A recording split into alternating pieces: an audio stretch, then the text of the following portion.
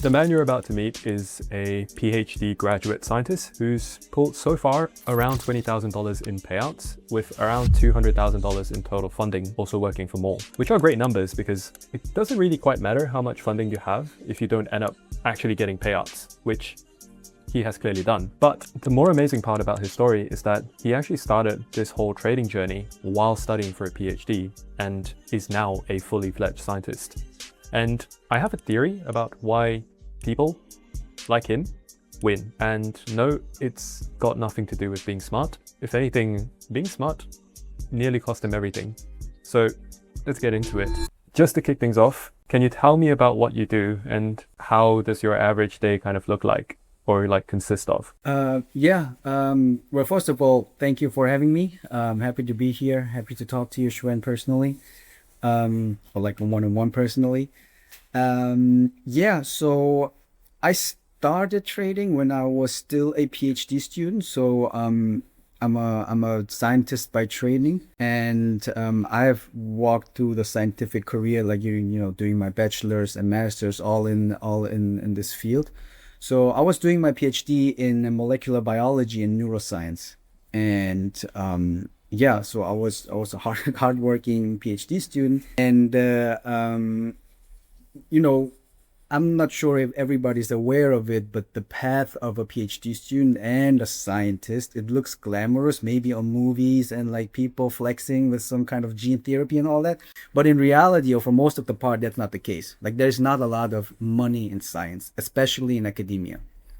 Mm-hmm. And I was like I said, I was a PhD student, and with PhD student, you really don't make a lot of money. Not at all. It just reaches the bare minimum of surviving, which is fine for the period of being a PhD student. But like looking at long term, I want to pursue the dream of becoming a scientist and make a change and work on research and all of that. But there is a chance that I might end up in a situation where I still don't make a lot of money, which is not the primary focus of my career in my life, but still it gives you a certain type of freedom that I enjoy a lot. So that's why I was, brainstorming and thinking about, what can I do to build up something where I can do the stuff that I love, which is science and research, without having the pressure of, feeding my family, taking care of my family and all of that.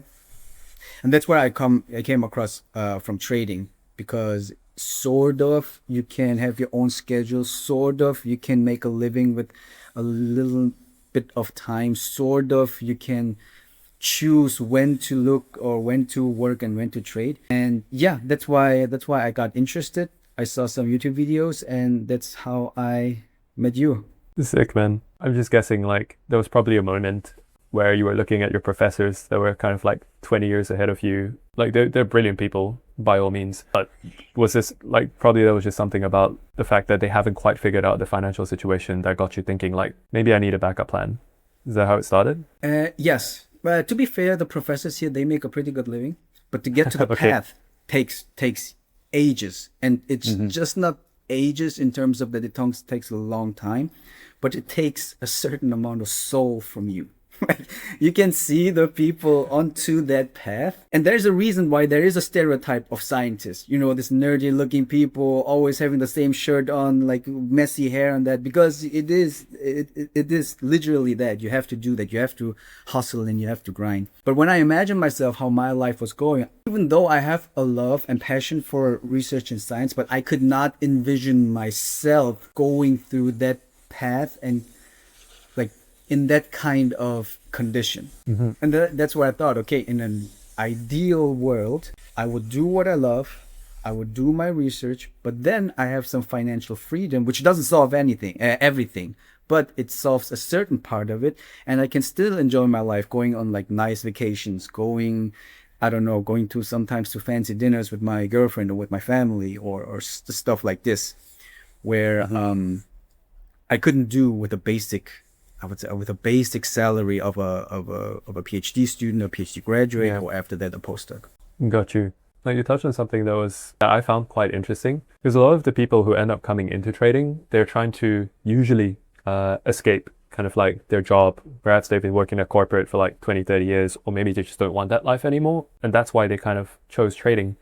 But for you, you actually love research and you love what you do.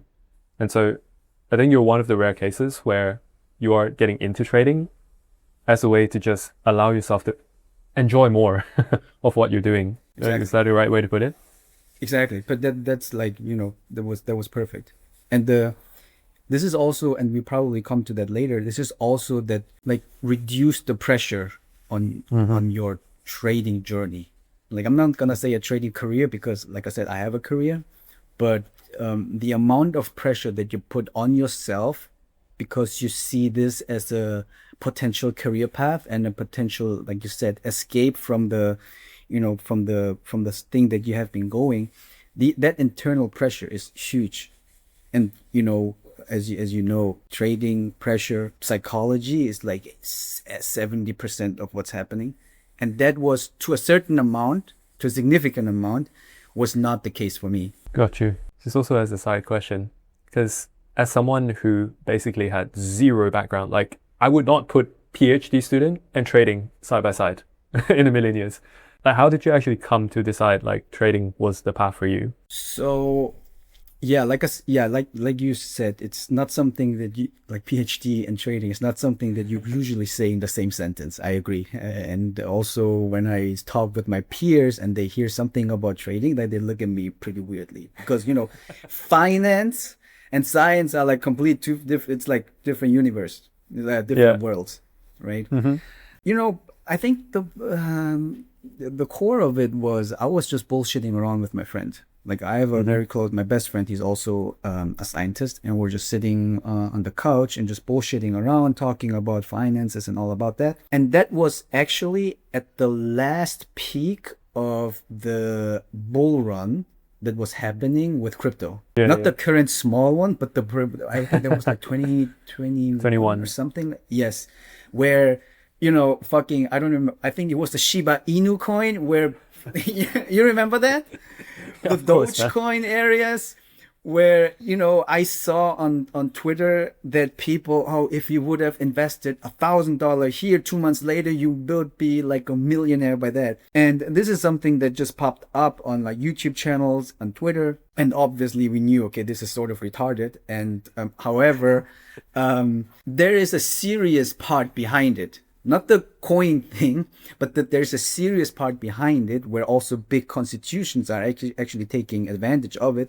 And that's where we thought about, trading is something serious. Not like some, gambling on some coins, but actual trading where people, this is what the big banks are doing, right? And this can also be, boiled down to individuals. I was like, okay, you know what? I know this sounds stupid. I was like, okay, we are like, fairly smart people. Trading has something to do with analysis and reading patterns and questioning stuff. So how about we give it a shot? And that's basically how we got into it. Well, I got in. Got you. How's your friend doing? Did he also start pursuing? He dropped off. He dropped off. He's like, no, that's not way. That's gambling. All the people are scammers. And, this is, he dropped off. Speaking about, just to speak about scammers real quick, at one of the, like you mentioned it yourself, you would think that you're a pretty smart person and you're pretty good at doing analysis, which I agree on. Like, that's kind of like what you do for work, which is to kind of filter out the noise from, all of the research papers so that you can kind of get to the truth. I remember, like you said, you felt like the majority of trading content was just really noisy. And that was like, I think, how you described it, noisy. So I'm curious, like, what would you consider as noise in trading content, and how do you filter? Yeah. Yes. That is for me one of the most crucial parts in trading up until now. From my experience, there's so much noise out there, especially considering the current situation where we have social media, we have Twitter, we have YouTube, now we have Instagram, now we have TikTok. Like, basically everybody's a trader, and they're throwing so much at you with such promising titles or such catchy like screenshots or like whatever, where you think like, oh, everybody can become a millionaire. Everybody can make 10K a month. and then they show like in a snippet within like, you know, in the frame of like an Instagram short or something, like 25, 30 seconds. Oh yeah, you see this setup. Oh, this is that happening. You have a break structure there. You have a liquidity there. You enter here and then boom, boom, boom, boom, boom. Like, you know, like in this FX replay or in this replay mode from TradingView, right? And then you say, oh, it makes all sense, right? It makes all sense. It was so clear. There's a clear structure behind it, but that is not the case. And I feel like 95 to maybe even higher percent of what I see on Twitter, YouTube, and Instagram is noise. And to answer your question about how to filter it, I don't really have an answer to it, to be honest. I don't know how to do it. I know, or I am fortunate that in my case, I have found a few people who are legit, and I'm sticking to them. And I'm not interested at all to get more resources. I'm not looking at the new guy who popped up, the new guy who did this, and the guy who made 10 million, or the guy. I don't care about that. I have a certain set of people that I trust, where I know, okay, this is legit, and I can sort of follow what they're doing. But all the rest, I'm not interested. I just, like, for example, on my Instagram, obviously, as I am like in this trading field, sort of, as a suggestion on my algorithm, I get like every time a new fucking influencer who's like chilling in Dubai on his yacht and is, you know, like sipping margaritas and say, hey, look, I made 10K. I don't care. I just, you know, skip. But then, for example, if you post something, okay, then I'm going to read it, because I know you. There's another guy I like. Oh, what he's posting. Okay, I'm gonna read it. I'm gonna listen to it. The rest, I just swipe. I don't care. Fair enough. Then I guess instead of asking the question of like how do you filter through the noise, maybe a better question is like, what drawn you to like the content that I was making or the way that I was making?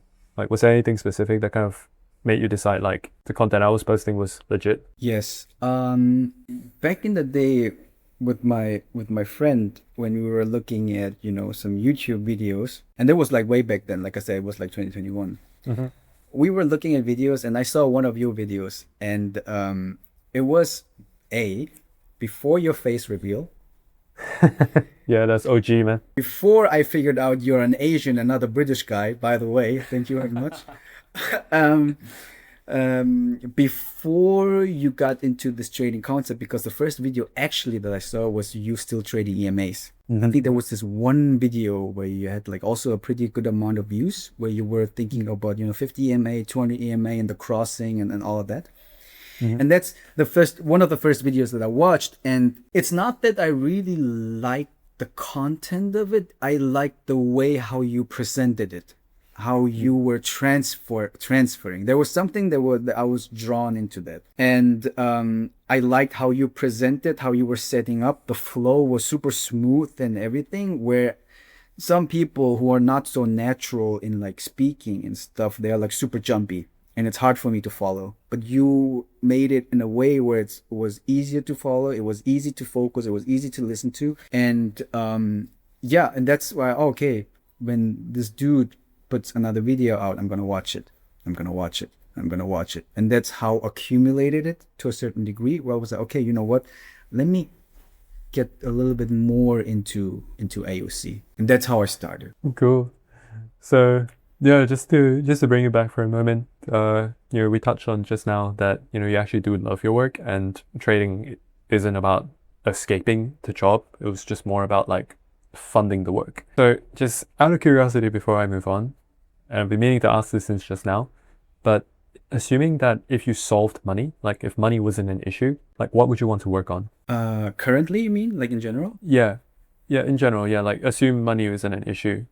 Is there anything that you want to pursue? I think I would just do the same that I'm doing right now. So I graduated and I have a PhD, and now I'm a postdoc and I'm working on a project. And I would just do that. I am actually still doing that. And I think so I would have gotten really deep into myself, thinking about if I should continue to do it, if trading would not be there as a support pillar. I would have really made a hard decision on myself, because like I said, I'm getting to an age with family, kids and marriage and all of that, and my parents also getting older. So I'm not sure how I would have decided, but I would have had like a really hard time doing it. thinking about it. But currently, I am exactly doing that. I would have done my postdoc. I would have tried to continue researching. I would have tried to, get into pharmaceutical company where I can work on a certain disease that I was already working on during my PhD and pursue that dream. Got you. Yeah, it's great to hear, man. Remind me again, how old are you? I'm 33. Bro, it's the Korean gene, man. Like, none of you look your age. Yeah, Oh, I man. get that a lot. I would have guessed you were like 26 or 27, man. Oh, I wish. No, man. Getting close to the midlife crisis part, but yeah. No wonder. When I heard that phrase and you were saying like wife and kids, I was like, no, I remember Young Won was like mid-20s, no?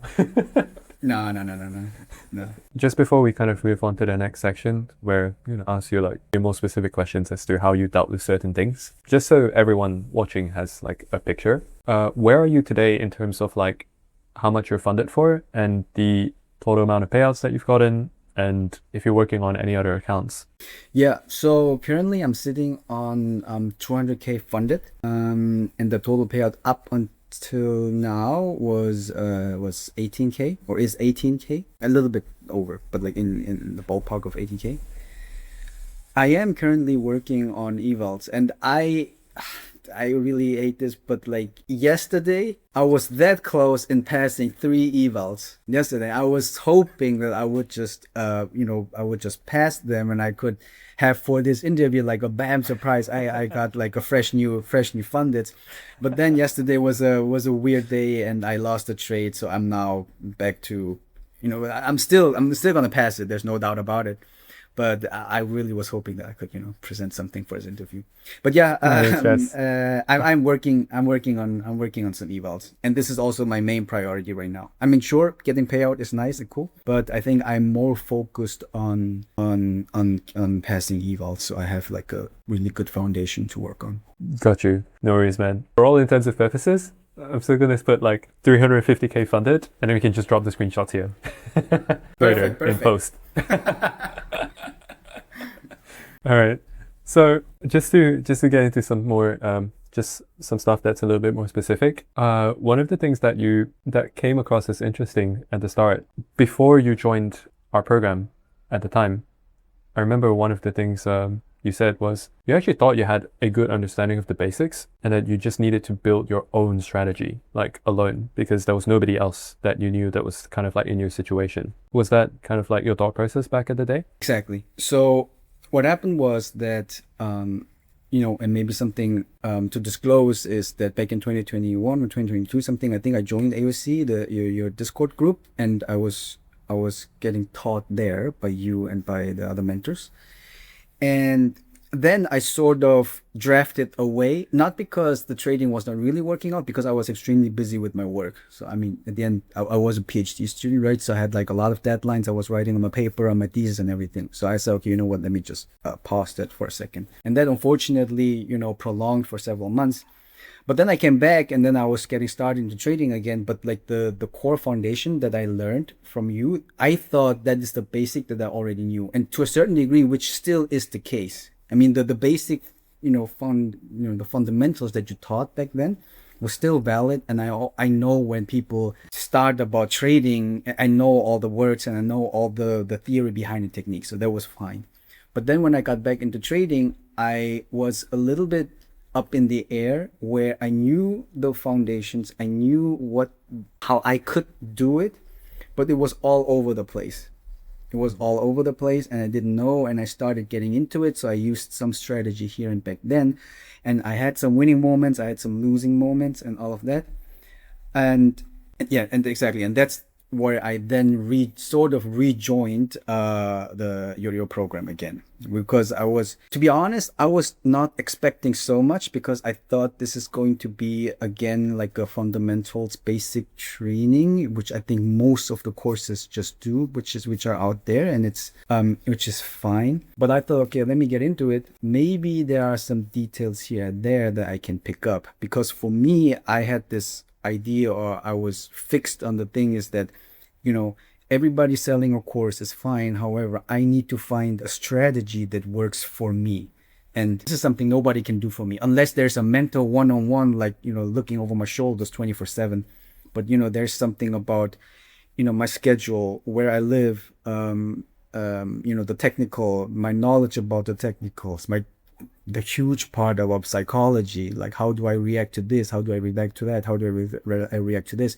There's no program out there that will be so specific for me. That was my understanding. So I thought, okay, I have to work on myself to get this. And it's not an easy thing to do. To figure something out for yourself takes a lot of time, takes a lot of losses, takes a lot of failures.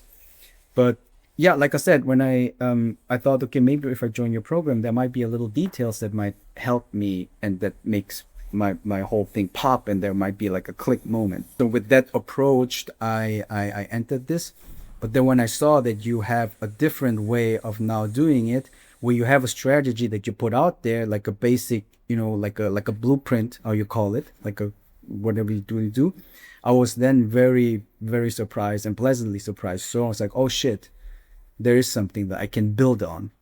Because building something completely from scratch is a different story than something, okay, someone has laid out the foundation. Now it's about adding your flavor into it. And that was the case.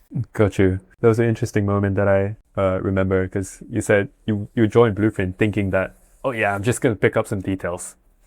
Just a couple missing pieces.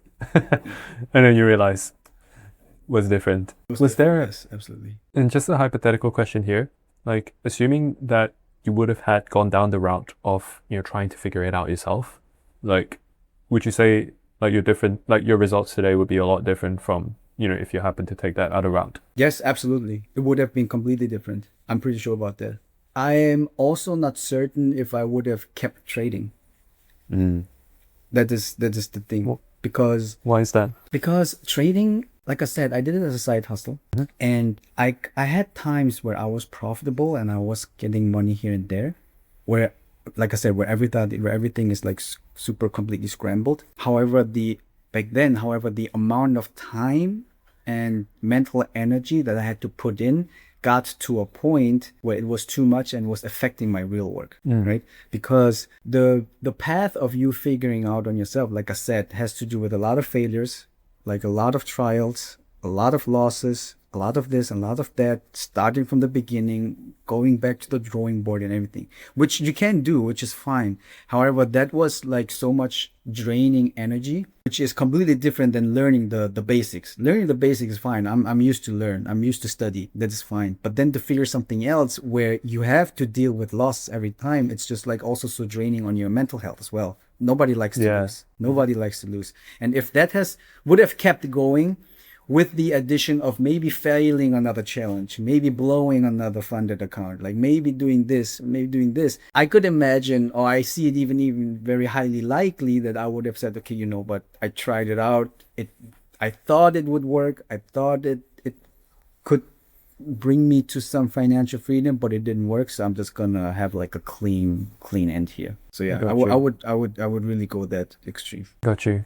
And just so, like, just to touch on that a little bit more, was there like a stretch or like a moment where like things were not really quite working out? And you mentioned again, you're a very busy guy with the whole starting with the PhD thing, and right now you're still doing a lot of research. Was there a moment where you just felt like, man, maybe this trading thing feels stupid after all? And if there was a moment like that, what made you keep going? Yeah, so there was not one moment, there were many moments. There were many moments, and I was super mad. I was pissed about. I said, trading is a scam. Schwen is a scam. AOC is all bullshit. Like, fuck all this. I just want to. This is all stupid. There were many moments like this, absolutely, and I think it's natural. Like having 3 consecutive losses, 3 consecutive losing days, 3 consecutive losing weeks makes you question things. I think it's normal, and I think also that's the part where you have to endure. For sure, yes, I also had this moments. The reason why then I didn't pull the trigger and just throwing everything away is I think I told myself that everything good that comes in your life needs time. Like I think that was something that I really wanted to stick to my head, and where I also was thinking about my PhD. I mean, now this comes really philosophical, but I thought, look, to get to a freaking PhD title, I had to work 5 years. I had to work 5 years for a single title. At the end of the day, people are just going to look at my title, like, oh, doctor or whatever, oh, something PhD. But to get that, I had to work 5 years. And now you cannot even spend a few weeks, a few months to give this trading a shot, to still stick to it. And that's why I was, okay, you know what? I will do it. I will keep doing it. I will try it out. I will give it another shot. I will give another shot, another shot. I will see it. I will try to refine it. And that's why I stick to it. Got you. Yeah, it's powerful, man. Because like I also noticed this with a lot of students like you who actually make it and build a solid trading career. The information's out there, and also like in Blueprint, like the roadmaps are kind of already laid out. You just kind of have to follow it. I just see so many people, like they start strong, for like 1 or 2 weeks, and then slowly they disappear. The students that make it, honestly, like if we were to boil it down to like one simple thing, it's like they just decided that, okay, no matter what, I'm just gonna put in a set amount of work here, and regardless of what happens, like I'm just gonna keep going because I trust, like, I want this enough. Was that similar for you? Exactly. Consistency is key. I mean, I had this for the whole like everything in life, right? You need to have consistency. You want to have a nice body, like a six pack or like, whatever. It doesn't come with 1 month of working out and 1 month of diet. Like people you're looking at the beach and they have like a six pack and some nice pecs and whatever, they have worked years on it. So whatever good and, whatever positive and really good for your life comes, it takes time. You need to nurture it. It takes a lot of time. And with everything in your life, everything. And I said, okay, you know what? I'm looking at this in the long term, in a bigger picture. So it's going to take time. Will I even at this point from now on, will I have losing days, losing streaks and losing weeks? Absolutely. Will I have maybe come to a point where I'm going to blow all my accounts? Absolutely. I'm not going to say absolutely. I hope not, but it could be absolutely the case. Hopefully not. Hopefully not. But you need to stick to it. You need to be consistent. Consistency is key. Everything in life, and maybe even more strongly for trading. Otherwise, you won't survive. It's a rough thing to do. That's true, man. And when we talk about consistency, a lot of people struggle with that. Like a lot of people, not just in trading, like just in general. And I feel like if there's anyone that would have an excuse to not be consistent with a side hustle, I think it would be you. So what was there anything that you did that, like, what's your secret sauce? Like, how did you manage to just stay consistent? I think it was really to seeing all the PhD students graduate to give up their dreams because of financial reasons. I mean, I see a ton of PhD students who are super passionate about everything, but then they see the financial aspect of it and they say, okay, you know what? I cannot keep doing this. There's no way. And I felt that super depressing. Like for your life, you have something, you love to do it, you are passionate about it, you have been building your career on top of it, which is a hard thing to do. Like getting a PhD is no walk in the park. But then to give it up because of your financial reasons, I found it super depressing and extremely sad. And I was at the point, I was getting to that point, right? So I had to figure out, okay, when I'm 80 or 90 and I'm done with my life and I'm looking back to my life, is this story going to be, oh yeah, I had my passion, but I had to give it up, so now I went to the corporate and I'm just looking at, Excel sheets or whatever? Or am I becoming the person who says, you know what, it was a good life, I did what I love to do, I loved it? And there was something where I could not imagine that I would give up on it, and that's why I was so sort of desperately looking for something that it will work, but not to a degree that it will impact my actual work. So that balance is like, you can imagine it's a hard balance, but that was the thing. And that's where it made me to, keep consistent. And at one point you will do. And when you reach to that goal and you get the sweet nectar of everything, then you will get to a point you can do whatever you want to do for the next 30, 40 years. You can do your research, you can do the thing, you can change things and not worry about anything else. That was like the driving force. That's powerful, man. It's powerful. So it's basically just deciding like, the alternative is not going to be better than this. And Yeah, Just head down, face forward. exactly. That is just keep the consistent. smart way to put it. I was just blabbering. No, no, no. Yes, exactly. Yours was way more. That is the smart way to say it, exactly. Yeah, no, yours was more powerful, man. And like, I resonate with that a lot. It's just realizing that the alternative sucks, and like, kind of like burn the boats. Like if you burn the boats, you have no way of going back. Then just focus, just commit. And oftentimes it's that simple. Especially when I say this in my like marketing when I make YouTube videos and stuff like that. Look, Blueprint's proven. Like it's a proven system, right? We've gotten so many people funded, so many people like making a career out of trading. All you have to do is put in the fucking work. That's all. And Yep. we still have so many people that just like just disappear for whatever reason. We try, believe me, like we try to get them back. Like, man, come on. You want this. Do you want this? Right, you want this, right? Just put in the work. Trust me, it'll work. But at the end of the day, I just realized like, yeah, there was a point where internally in the team, like we just came to we now have a motto where we can't want this more than you want it for yourself. Yeah. And so Yeah. that's like the benchmark that we use it nowadays. Yeah. Absolutely. I mean, yeah. Yeah. Got you. So,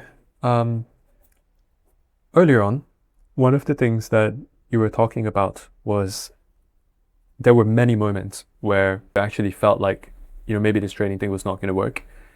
And I also get this feeling from just because we speak a lot during the Blueprint calls. I think almost every week we have a conversation just on the call. And one of the impressions that I get from you is that you're actually pretty good at dealing with losses. A lot of the times you're very self-aware as to like how you're feeling. And also you just have a ability to just kind of stick to the system and trust the system, even though you're going through like losing streaks. What would you say is like what's your secret sauce to dealing with losses? Yeah. Good question. So I think it also comes from some sort of experience. And I think also that is also the reason why the beginners, they disappear, because experiencing losses is something that you really need to get comfortable with. And I don't have a clear answer other than you have to experience as much as possible. Like it's like in boxing, right? If you're getting a jab on your head, the first time you get a jab, it's fucking hurts. It's fucking hurts. But be in the gym 3 months and you're sparring every day there, like one fucking jab, it doesn't hurt you anymore. It's like, okay, fine, that's it. It's like feels like touches.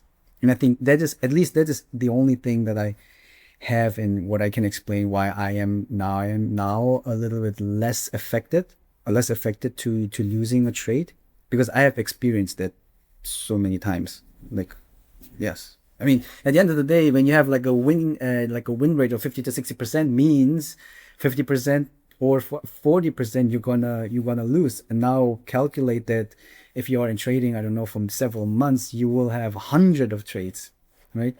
Thousands of trades. And then you will get used to losing. And this is something with a small set of numbers when you trade. This this will have a huge impact on you, or it will have a huge impact on you.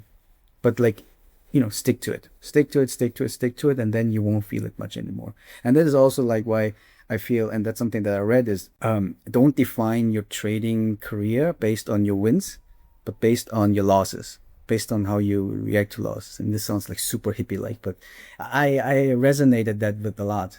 Like, everybody behaves the same if you have a winning trade. Like, you're super happy, you're imagining yourself, driving a new car or whatever.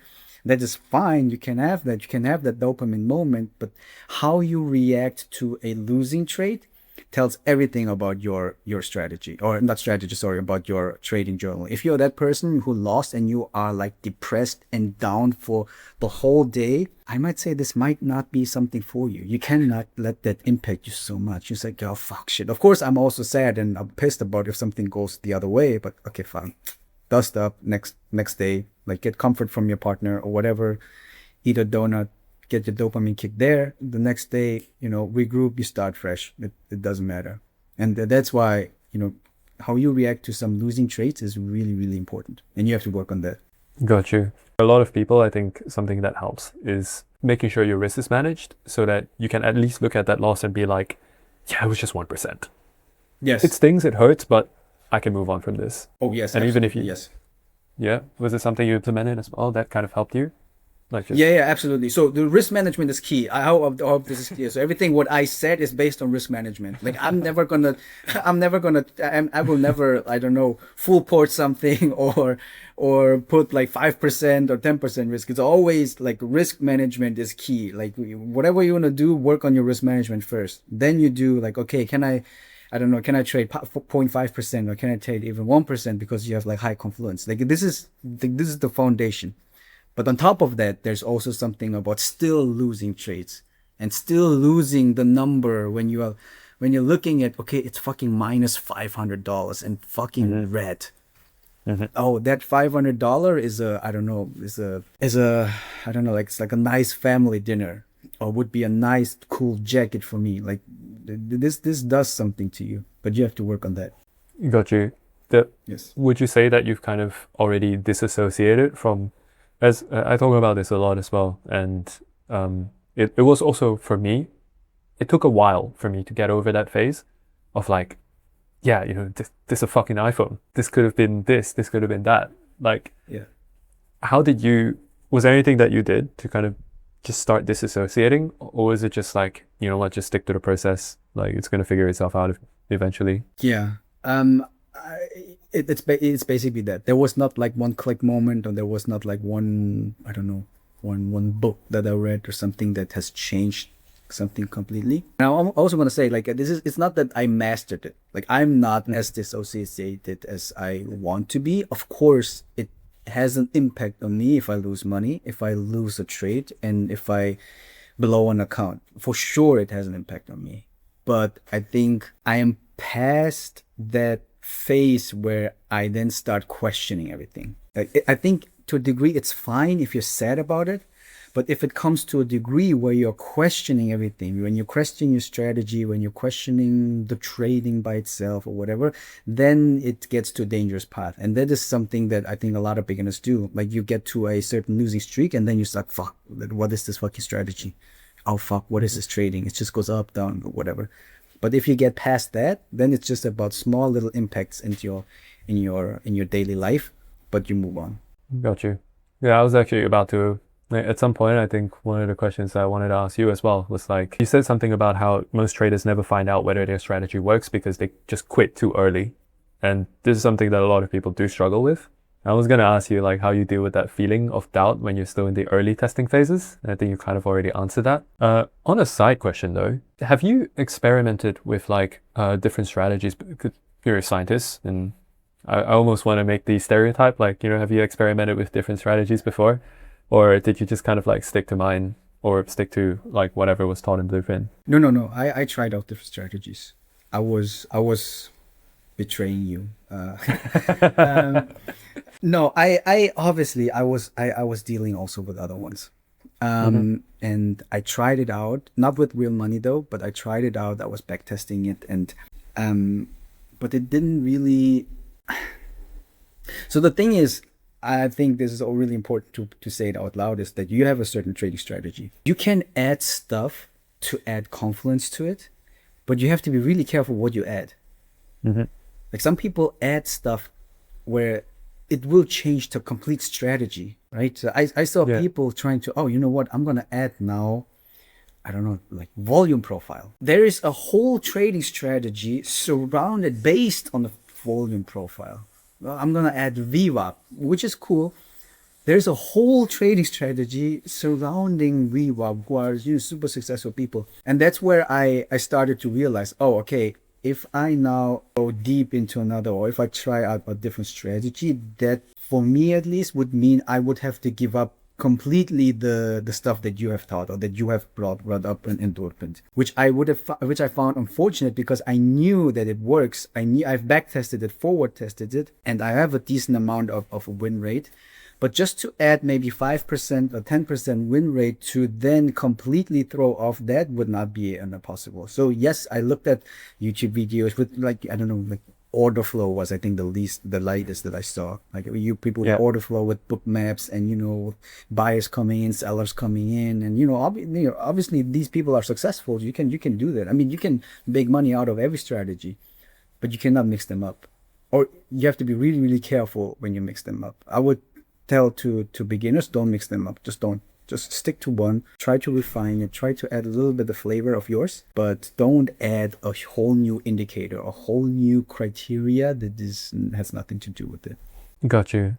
So on that note, like, have you managed to add a bit of your flavor to kind of like the core things that were taught inside Blueprint? Like, is that what you're trading currently? Yes, exactly. So, I mean, you made it really simple and really easy, right? You have certain criteria. If those are met, you go, I don't know, either full risk or half risk, which works. But for me, after looking at the charts for a very long time now, I see some patterns. I mean, this sounds like super hippie-ish, but there are certain types of setups where I really like. And I thought I have now for myself, like, even if all your criterias are met, I'm not going to do 1%.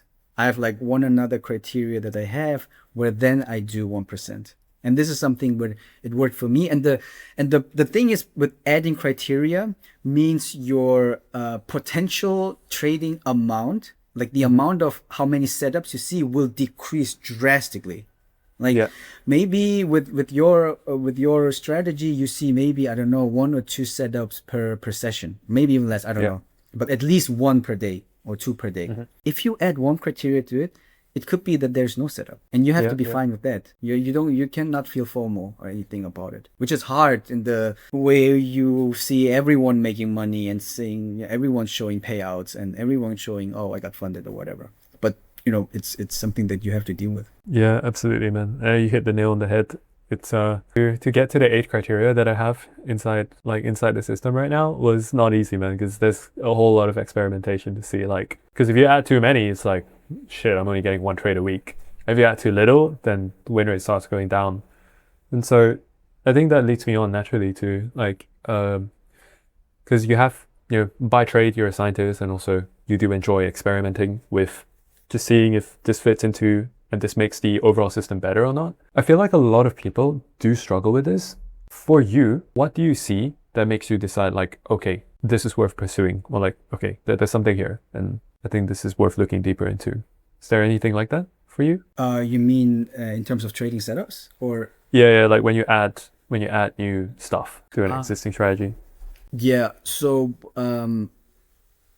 I would, and this comes with like personal experience, I think. And if you look at the chart for long enough, there's something that there's some chart memory or something, pattern memory that kicks in, where you see, oh, I've seen this before, oh, I remember this from there and there. And that is where I basically, if I can remember it that hardly, that strongly, then I tell myself, okay, there might be something into it. There might be something into it. And that's when then I, and I have to be honest about it, I don't do backtests anymore so much. But that's where I go back into the chart. That's where I go back into the historic data, and I try to figure something out. And that's basically what I did. Got you. Basically trying it out and backtesting first before you be an idiot and start throwing real money at it right away. Yes. And I don't do it often, like, to be honest. I actually do it rarely. Because at this point I try to really not add criteria, but refine the criteria. I hope this is clear. I mean, the criteria that you set is very clear, but I think even within there, you can still a little bit refine it. And that's what I try to do, not add something new to it. Got you. Pretty valuable stuff, man. Now it's like on a completely different note. This is something that I notice from just speaking with you on the Blueprint calls. Because a lot of the times, like, you're very clear on what you're looking for in terms of trades. And I also get the impression that you're able to execute without hesitation a lot of times, especially when you see the things that you're looking for. Is there what do you think helps you to just being able to take trades day in, day out with like confidence? I think, I think like proper risk management is definitely key, where I know if I'm wrong with that, I'm just gonna lose this. Mm-hmm. That's why I never gamble. Like even if I see A plus setup, and even if 90% of the time it's going to be a winning trade, I would never ever increase the risk that I would take this. So this is something that I have to be really careful about myself, because yeah, you cannot do that. You cannot deviate from the plan. And the other thing is, I think it's still, and it's really not a helpful answer to some people who are looking for answers, but it's about experience. I think it's about experience, where at one point you don't care really that much, where the noise in your head just goes away. It's just looking like it has to become boring. It has to become like super unimpactful on your psychology in your life. Where it's like, okay, I see a setup, boom, execute, that's it, fine. Not to think about, oh, could it go this, or could it go do this, could do this. Doesn't matter. When you have your list, criteria are met, I will execute, boom, bye. And this, I think it comes from experience. Nice. Yeah, dude, that's totally valid as well. It's something I talk about. It's something I talk about, and I know like it doesn't come off as very useful, but there is in fact quite a lot of bonuses that you get just with experience. But the only way you're gonna actually get to there is if you stick around with it long enough to actually take the punches and take the jabs, as you say, so that you can start building the pain tolerance and you can start seeing the patterns, and everything else is just going to get easier as time goes on. It's just most people never make it past that kind of initial stage. Exactly. I absolutely agree. Nice. So just background aside, something I always talk about, which is the fact that journaling is what I believe to be the highest, like the single highest ROI thing that you can do as a trader. I just want to ask you, is journaling and reviewing a regular part of your routine? Yes. I mean, I'm not doing a super great job in having like a full-blown protocol in terms of having like a real journal where I document everything. That I don't have, and you should do it. Don't take an example of me, but I do review all the trades that I do. So I have like a saved folder where I have like the screenshots of my trades, and where I do analyze, especially the one that you lost, especially them where you sort of redoing it again. That helps to find, I think, flaws in what you did wrong in doing some kind of technical analysis. Got you. I'm a very firm believer that still beyond technical, psychology is the biggest part in trading. And unfortunately, unless you are recording yourself or you have a really good memory on how you felt during the trade, it's hard to put it into journaling it. But if you could add that would be perfect. But to answer your question, yes, journaling is important. I do it in some sort of way to look back at the trades to see if there was some kind of technical flaw in my trading execution. Got you. Just as a kind of follow-up question for you, like, how does your process with journaling look like? For a lot of people, it's different. Some people prefer pen and paper. For me, I literally kind of brain dump into an AI and like I get it to actually do the sorting for me. How are you doing it currently? Yeah, I'm not using an AI, and probably it's something that I should get into. But I'm more of a pen and pencil guy. So I have like a folder where I have all the screenshots of my trades, and then I make notes about what went wrong, what was good even, and if I can remember some sort of events that has happened, so any kind of side information, then I put it in there. And like my general, like if I have, so if a trade is perfect on paper and it still loses, then it's fine. I don't have an issue with that. But if there is a trade that I executed and I lost, and then I figure out, oh, it's because I didn't look at that criteria, because I didn't look at this, then it will be marked super red to me, that I remember, okay, this is the reason why I lost. Don't do that again. Which I then redo the next week, but But at least we're making progress slowly. 1 step at a time. Exactly. Yeah, the worst is when you never do that analysis. So like what all of your losses just gets categorized as bad. It's like, you can't improve on that. There's no valuable data that you can get from that. No, that's nothing. Your win rate tells you already that. Yeah, you have to get back. You have to take that. I mean, also, like, to be fair, it doesn't take a long time. It's not that people are expected to spend like hours of journaling or whatever. When you get back, look at it, oh, what happened, write down. Like you can do it like for each stage, you can do it within 5 minutes, to be honest. At least I do it. Yeah, Like probably there's a better way to do it, but for me, it just takes like 5 minutes, and like who doesn't have 5 minutes of the day? exactly. Good news for you though. I finalized a lot of the build.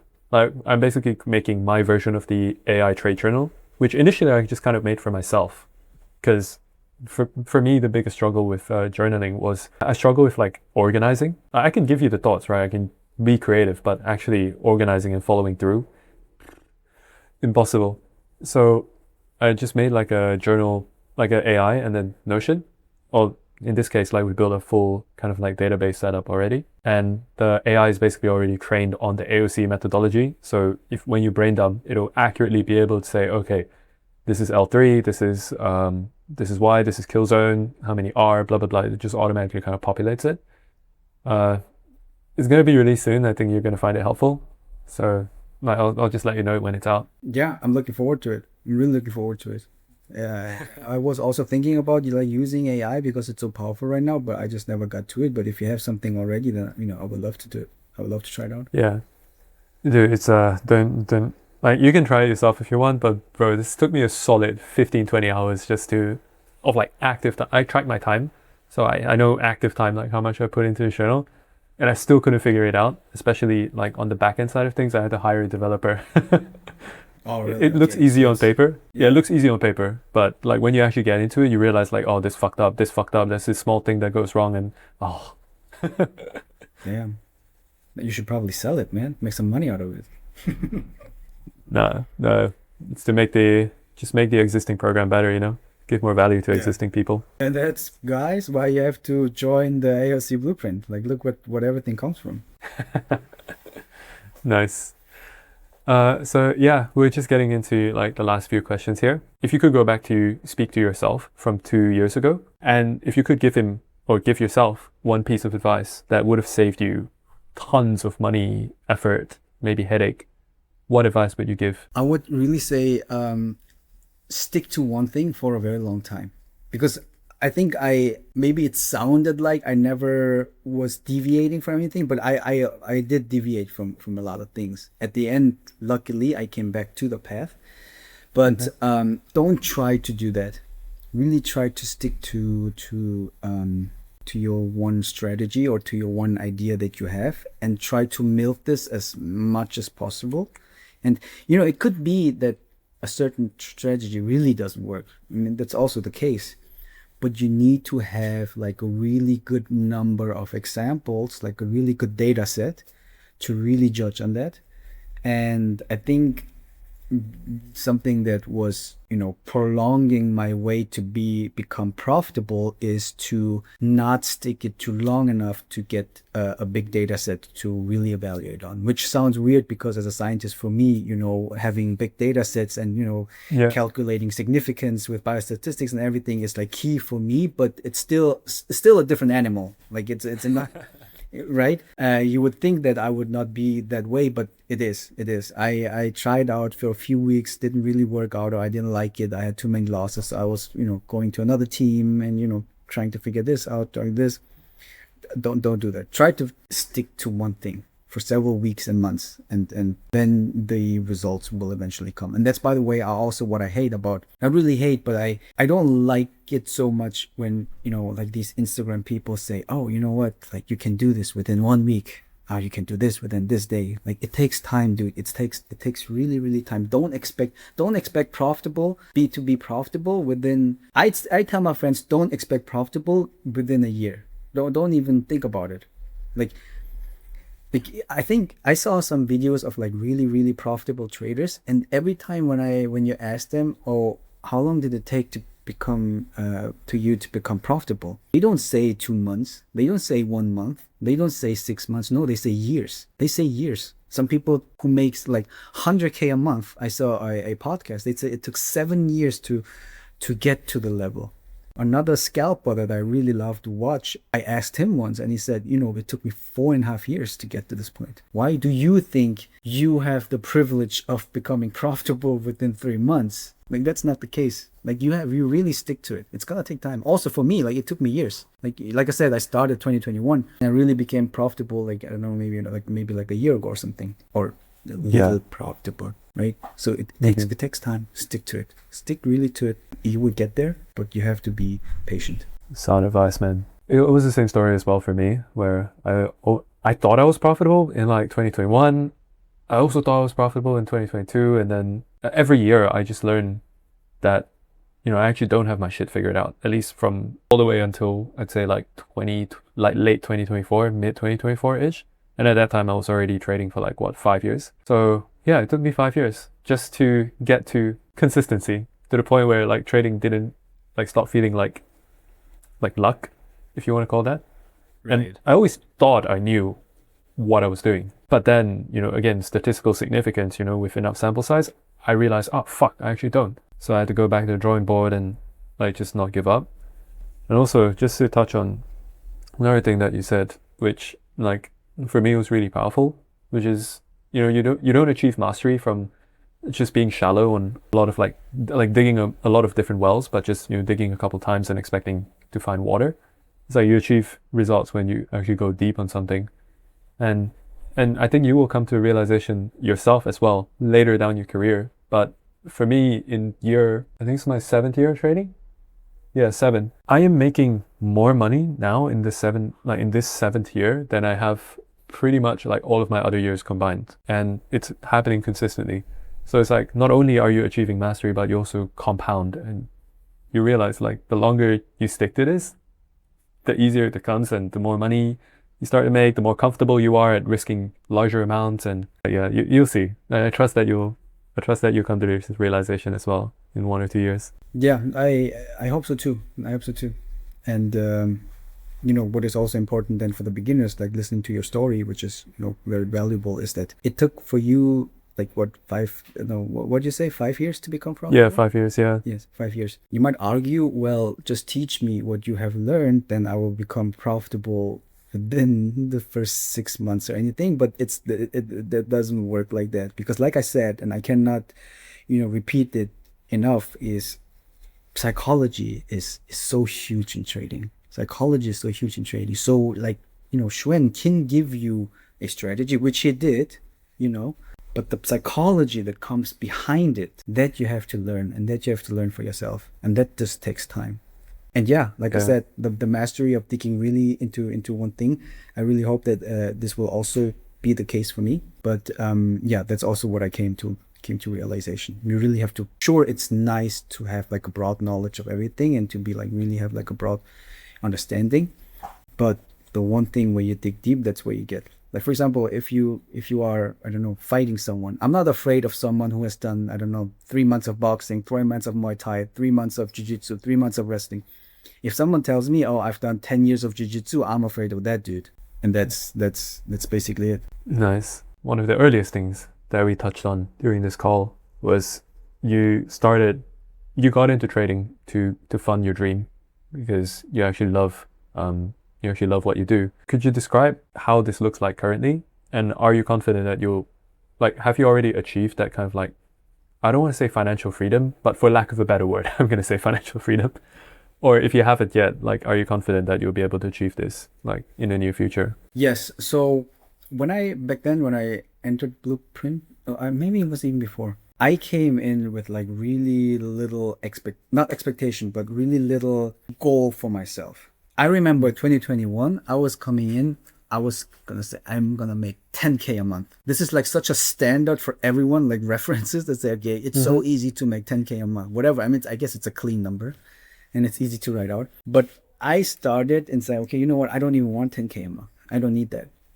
If I can make, and that is literally what I wrote down in one of my notes when I was brainstorming about trading. I said, if I can make 2,000 extra per month, I'm gonna be happy. That's what I said. I said 2,000 a month, then I think I can finance, or I can, you know, I can support everything and do what I want to do. That was my goal, literally. I didn't want a Lamborghini. I didn't want a Porsche. I was just like, okay, you know what? 2,000 a month, it will give me some extra space for savings, that give me some extra space for like my fun things to do. for like vacation or something. And that was my expectation. That was my goal getting into it. And in that regard, I fulfilled it fully, like fully. I mean, it's getting 2,000 is, I think, not a hard thing to do. So in that regard, I sort of achieved my, like, let's say my mini goal, but not to become greedy. But I feel like even though I am funded and even though I have payouts, it has not become to like a really stable thing for me, where I can say for sure. So if you would tell me, gun to your head, will you make, I don't know, $3,000 or $4,000 next month? I could not answer yes. I could not. I'm still in the process of where this becomes like a super stable thing.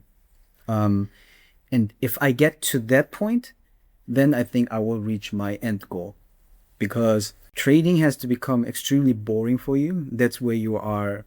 It's a sign that you're in a good place, in a stable place. And that's what I want to have. I want to have a stable position, a stable condition where I know whatever I do, based on my strategy or based on my trading knowledge or based on whatever you want to call it, I'm going to make this amount of money next month, or at least this amount of money next month. And I am not there yet, I have to say. Like, I think you can already see by the blueprint calls that we have weekly, or what I write in the WhatsApp group, is that, you know, stuff that I'm asking or stuff that I'm commentating or stuff that I post or something, is not something that comes from one person who's like super in the Zen mode and like, oh, you know, I figured everything out. It's like, I'm still in the process, and I'm not sure how long this is gonna take. And maybe this is something that what you called earlier about the mastery. But if I reach that, that would be my ultimate goal. But the mini goal, as I mentioned earlier, I'm already there. Got you. And that's such a great answer as well. And I love like how honest you were. I think what most people are actually looking for in trading. That I think everyone at some point looks at the trading gurus, influencers out there, and they're promising the Lambo and they're promising like 10K a month, blah blah blah. I start to get the feeling like, you know, this is not what's actually, yeah, sure, that's what's being promised, but like, you know. Yeah. And for a lot of people, like, they'd be happy if they could even just replace like half of their income and have this be consistent. And it would give them a lot more options. I 100% agree. Yeah. And just to touch on, when you get to that point where everything becomes Zen mode, as you say it, it's not going to be like a singular moment. It's going to be like it's almost like you just focus on following the same process every day. And then when you look back 6 months later and you actually look back, you're like, damn. At least that's how it was for me. I can't share for anybody else. But for me, it was just realizing 6 months later, I actually didn't feel too much. Like, it was very stable and nothing exciting happened. Yeah. That's also what I imagine happening. I also don't feel, I don't think this is going to be a click moment. It will be great, but I think it's like a really, really long and you know, tiring process for sure, but where it sneaks up on you, sort of, where you maybe don't even realize you got to the point where you just need to have a look back and say, oh, you know what, I actually did. And I think I'm not sure how long this is gonna take, but based on my trajectory, I hope at one point I will get it. And maybe I won't get it. I don't know. Like, I'm not gonna say that I will be successful or anything, but you know, who knows, right? But based on historic data, based on my experience up until now, and based on how I imagine the rest of the trading journey, hopefully with you guys, hopefully with you, Shwen, will go. I hope that I will get to that point. Yes. Yeah, I've no doubt you will be, man. Like, you have your head in the right place. That's arguably the most important thing. So let's say that someone watching right now is, you know, on the fence about working with AOC or working with us for whatever reason. Maybe they think that trading courses in general are a scam, or that this just won't work. Would you recommend them to work with us, and why? Absolutely. There's nothing bad that I can talk about here. Like, really, I have the feeling, and I saw a lot of mentors and gurus. Not that I personally was working with them, but I heard from experience and stuff. And like, here at the AOC, they really try to get in touch with you individually and really try to help you out, so you will never be left alone. The things that has been taught here is really boiled down so that you can understand it quickly and easily, and then the rest is sort of your I don't know, your way on how to do it. But that setup is there, and they will try to make sure that you will get it. But like when you said your motto within AOC is that you cannot, no, what did you say? You cannot want it more than these people, right? Yeah. Yes. But when it comes to the environment of providing you with knowledge, support, and guidance is for sure there. And I can speak from really experience, talking with Shwen, talking with Sid, talking with Rich. You will feel that you will be taken care of. And also maybe one thing that I want to add as well is, which is, I guess, outside of your realm of what you can do, the community that we have right now is great. Like, we have such a great community right now. Like the WhatsApp group that we have, like there are so many people in there. I wish people would be more active, because I really would like to help, because most of the times they're just like a bunch of people that are always coming and always commenting, and we are having such a great time, and we are learning from whatever thing you say, you learn, whatever screenshot you share, you learn. So I would hope that other people would join as well. But it is such a positive and such a supportive environment where we help out. And I mean, it's not a signal group, for sure not, but where we show, how about this, what do you guys think about that, and then I comment something where, be careful about these things, be careful about that, no, looks good, actually, thanks man, I'm gonna join there as well. It might go bad, but it's a community. It's a community, and the community is great. Nice, man. I'm really grateful that I'm just really happy to hear that. Especially the part where you say, like, we genuinely try to reach out to you, and like we try everything in our power to. Rich has, like, the SOP is like, if you disappear for like anywhere between 2 to 4 weeks, like we're gonna start reaching out to you like weekly. If we still can't reach you, then we'll try to reach out to you monthly at least. 3 months later, we'll still probably reach out to you again. But like, at the end of the day, we know that this stuff works as long as people actually work. Yeah. And that's all it is. Yes. And to be fair, the accountability, like, sure, it's nice to have that your mentor reaches out to you, but our accountability should come from yourself. Mm-hmm.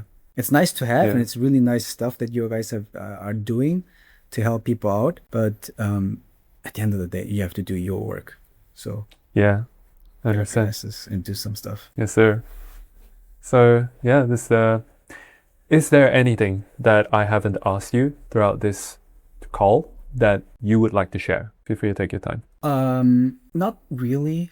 One thing that I pretty recently felt passionate about, and this might come off super weird because I'm not a trading guru or anything, but I felt a little passionate about helping other people out, especially the beginners. I'm not on a level where I can help out on a technical skill level yet. I can sure do some comments, but I would like to really help out people who started, who invested, but are on the edge of giving up. And I've seen this so many times, and I really want to help out to these people. So I wrote on WhatsApp group like long messages and stuff, and some people, a lot of people are also actually approaching me privately in terms of like a DM, like a private message, where I try to help out as much as possible. And for them, a general advice that I would like to give them is really try to be active in terms of, communicating with people. That you have the school community, and then you have your the WhatsApp now. Try to be in there. Whatever stupid thing you think you have in your mind, just get it out there. Whatever stupid idea that you think you have, whatever stupid trading setup you think, whatever stupid mistake that you have, get it out there.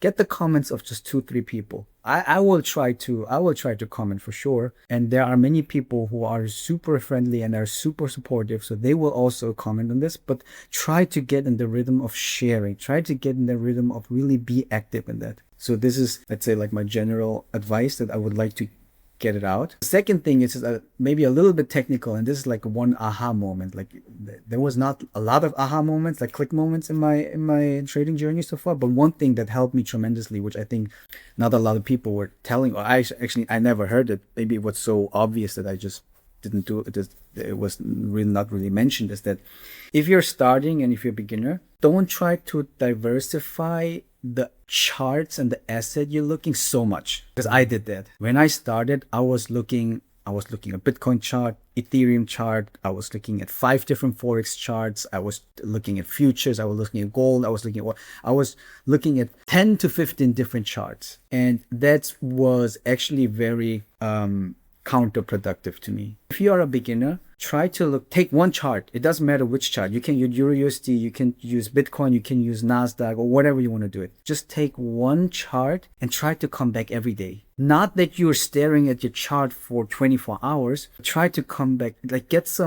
try to get familiar with that chart, where to a point I can ask you, oh, you remember what Bitcoin did last week? And you know, oh yeah, shit, like on Wednesday it dumped pretty heavily, right? If you get to that point, you will develop an eye for certain things. That's also, I think, what I mentioned earlier. Like, you start seeing some patterns. I mean, not the chart, like, you know, like a bull flag, not that. Yeah. You start seeing things that is on your own, where it's maybe not easy to put in words, but you